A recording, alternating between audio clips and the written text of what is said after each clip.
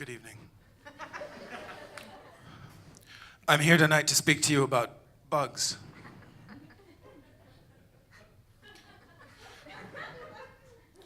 When the little boy I used to nanny for was 3 years old, he came up to me and he said he had a joke. I was skeptical but receptive.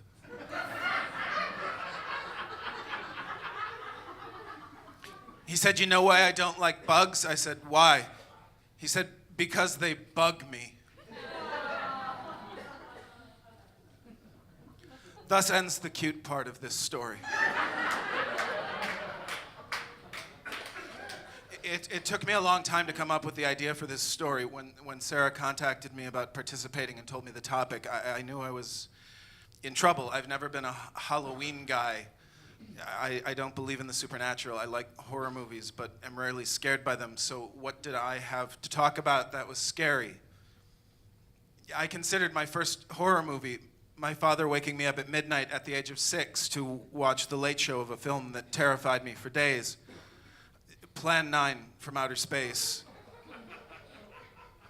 Years later, I discovered its reputation as not a classic of the genre and was a little embarrassed. Embarrassment. A horror tale about acute, severe social anxiety. And then I remembered that I'd be speaking in front of a room full of people. The anxiety would be on display. No need to put a hat on a hat.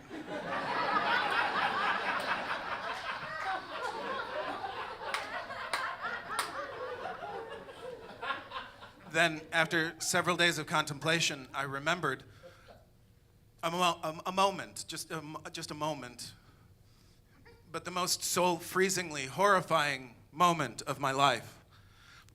I've never been the same. Way down deep, it crystallized somewhere very near my sense of self, and it changed me. But we'll get to that. So, bugs. Where to begin with the ready-made horror of the insect kingdom? We can skip the obvious ones, the praying mantis who gnaws off her partner's head during copulation, but continues to mate with his corpse until she's satisfied. No, what about the twisted wing parasite larvae? The females of which never leave their mother's body, but only protrude their sex organs outside to be impregnated. Then, when the babies are ready to be born, devour her from within, eventually bursting forth in the world's goriest Mother's Day surprise.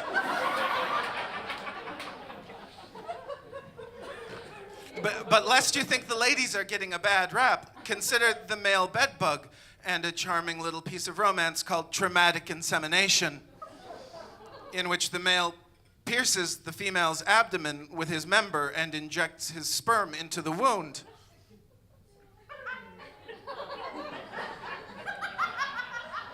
Want to talk zombies?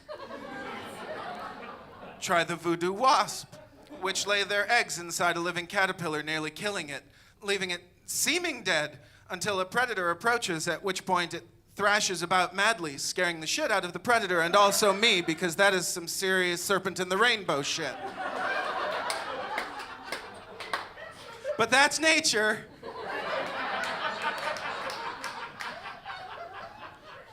Let's talk about the more subtle but even more chilling horror of the Familia Insectae. Let's talk about some of my favorite venomous crawling nightmares, centipedes and millipedes. How do you tell the difference between centipedes and millipedes? There's an easy way. Who the fuck cares?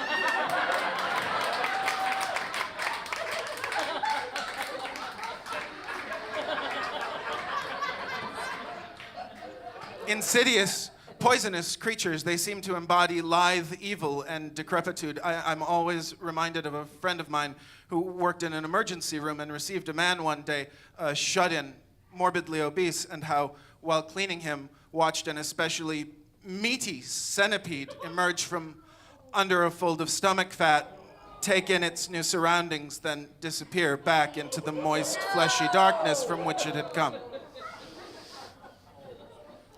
Centipedes and millipedes, the whole pede posse really are very difficult for me.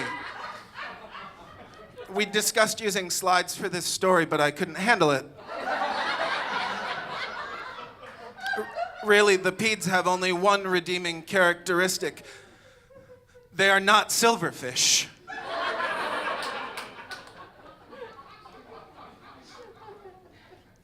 Silverfish.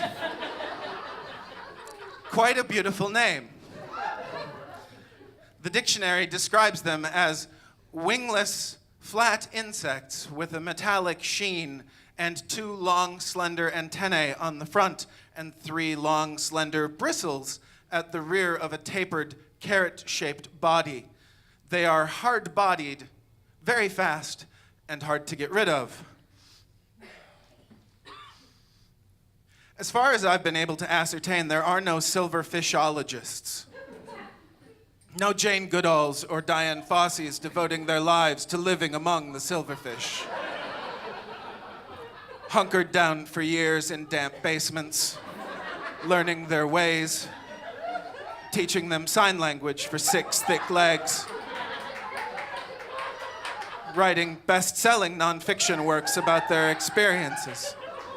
Silverfish I have known.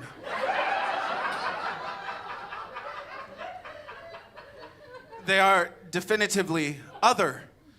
Even their name denotes their freakishness. Silverfish. They don't so much run as swim. If you Google silverfish, most articles begin by noting, fact, silverfish are not actually fish. Surely a relief to terrified homeowners fearing their homes have been infested with actual fish. No, they are insects, but one feels even the insect world is reluctant to claim them as their own. They are the Cronenbergs of the insect kingdom. And I met one once. 15 years ago, I was living in a small house in North St. Paul with my girlfriend at the time. She was an esthetician at a salon spa. And really, she should be up here doing one of these because if you want to talk body horror, ask an esthetician how their day was. Did you know that if left long enough, a blackhead changes colors? And when extracted, it comes out striated like a core sample from the earth. Black turning to yellow, turning to green. Did you know that? I do.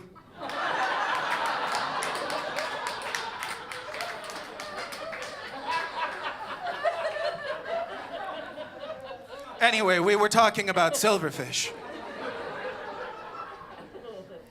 One day, I was shaving in the bathroom of our little house in North St. Paul when a flash of movement glinted in the corner of my peripheral vision. I looked down at the counter to see a particularly substantial silverfish gliding across the ceramic. It was shiny and silver, and unusually it seemed somewhat dazed. It didn't race around the way they usually do, but rather slid from one side of the counter to the other, flowing in and around the toothbrushes and toiletries. If it knew I was there, it showed no sign. I experienced that instant revulsion one has upon finding unearthly vermin in one's personal space. I grabbed the can of shaving cream.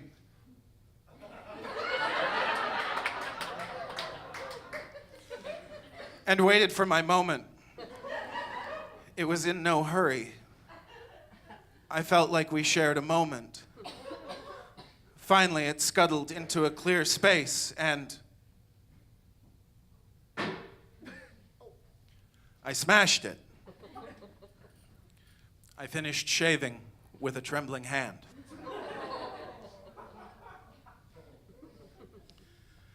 February 21st, 1885. The New York Times reported an incident in Buncombe County, North Carolina. A recently deceased man named Jenkins had been exhumed from his plot, and when the coffin was opened, the body was found turned over on its stomach amid shredded casket lining and piles of his own hair, which appeared to have been pulled out by his own hands. 4 years ago, Macedonia, Greece, police discovered that a 45-year-old woman had asphyxiated to death in her coffin. They had been alerted by a group of children playing near the cemetery who reported hearing screams coming from under the ground at a recent burial site. The fear of premature burial goes back centuries. In the 1700s, a Manchester man had a plate of glass installed in his coffin. Upon his death, his relatives were instructed to visit his mausoleum regularly to confirm no breath was visible on the glass. Coffins were designed with escape hatches and air pipes and pull cords inside that would ring a bell on the surface of the grave. In the 1930s, a Frenchman named Angelo Hayes was in a deadly motorcycle accident, or so it seemed. He was buried in his hometown, but an insurance investigation resulted in his exhumation 2 days later, at which point it was discovered that his body was still warm. He'd been in a coma, and his body had been able to subsist on the oxygen in the coffin. He made a remarkable recovery and years later invented a coffin which contained safety features, as well as reportedly a small oven, refrigerator, and a stereo cassette player.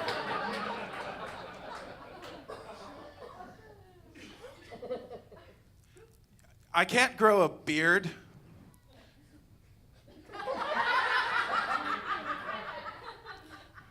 What you see here is about as scruffy as I get. I shave on an as-needed basis.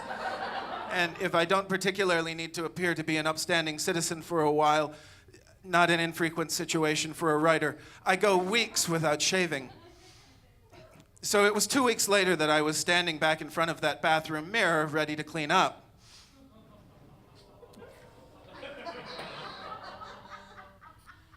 This is a can of Barbasol shaving cream, my brand at the time.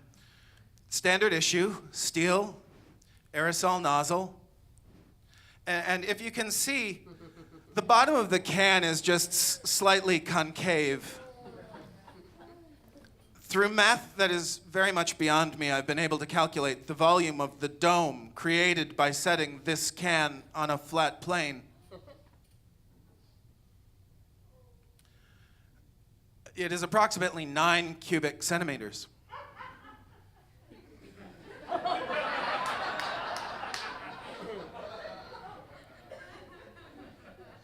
I was unaware of this element of design until I picked up that can of shaving cream with which I had dealt with my silverfish problem 2 weeks earlier, an incident I'd completely forgotten.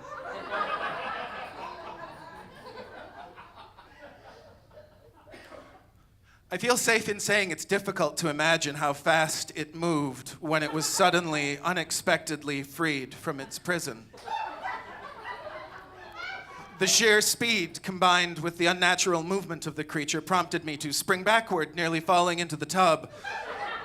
My then-girlfriend swears I screamed something. It was apparently just a smear of words from that most primal place in my brain, indecipherable, but I'd guess it translated into something along the lines of, "In the name of all that is holy, it's alive."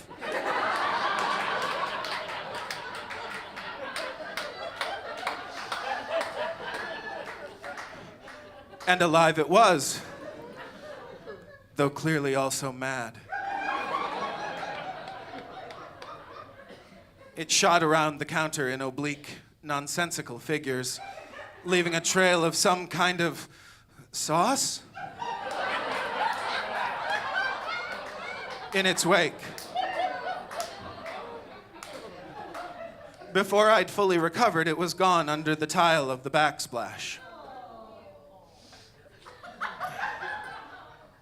It slowly dawned on me what I had done. I flashed back to being a boy in daycare, watching older boys capture grasshoppers in an empty mayonnaise jar and shake them until they began to fight and tear at each other.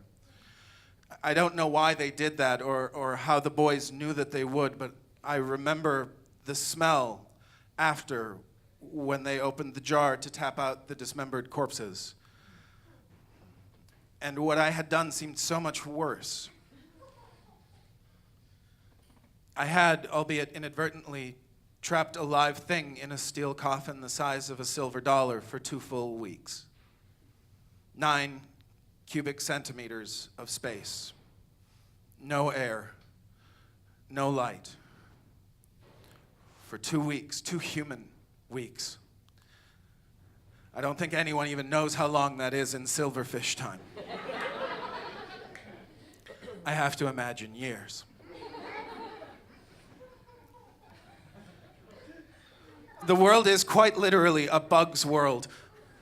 More than 1.5 million species have been discovered, but science suspects, only suspects, their true number is closer to 9 million species. It is estimated there are 10 quintillion insects alive at any given moment. The estimated ratio of insects to humans is 200 million to 1. In just the Brazilian Amazon, ants alone outweigh the total biomass of all vertebrates, not humans, vertebrates, on Earth, 4-1.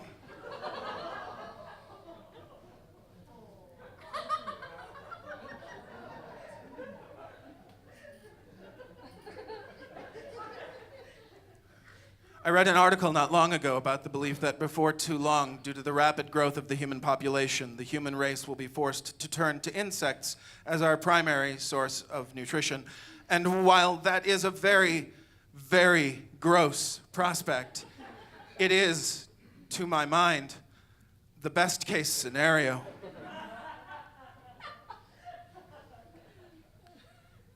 Equally likely, it seems to me, if not more so, is that with nature and ecology and sheer numbers behind them, one day the insects will rise up, claim their rightful dominion over the earth, create a true insect kingdom.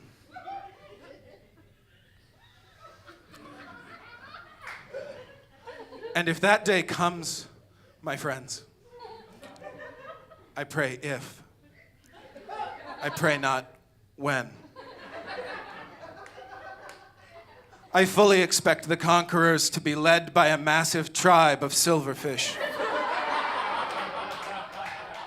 numbering billions, descended from a mad king whose legacy was forged by a nightmare of unimaginable cruelty. And I have no doubt I will be the first against the wall. Thank you.